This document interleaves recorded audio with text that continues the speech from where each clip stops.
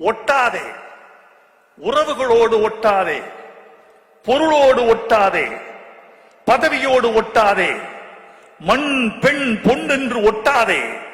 அப்படி ஒட்டாத வரைக்கும் நீ நலம் பெறுவாய் என்று சொல்ல வந்தவன் இந்த குறளையே உதடு ஒட்டாமல் எழுதியிருக்கிறான். அடப்பாவி!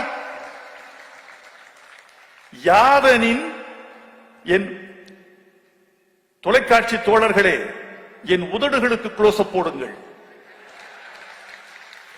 யாதனின் யாதனின் நீங்கியான் நோதல் அதனின் அதனின் இளன். பகரம், வகரம், மகரம் இந்த மூணும் தான் உதடு ஒட்டும். மற்ற எழுத்துக்கள் உதடு ஒட்டாது. பகரம், மகரம், வகரம், ப ம ப இதான் ஒட்டும். இந்த பகர மகர வகரம் என்ற எதுவுமே இல்லாமல் ஒரு குறளை, இவ்வளவு பெரிய தத்துவ குறளை படைத்திருக்கிறான் என் தமிழ் பேராசான் திருவள்ளுவன்.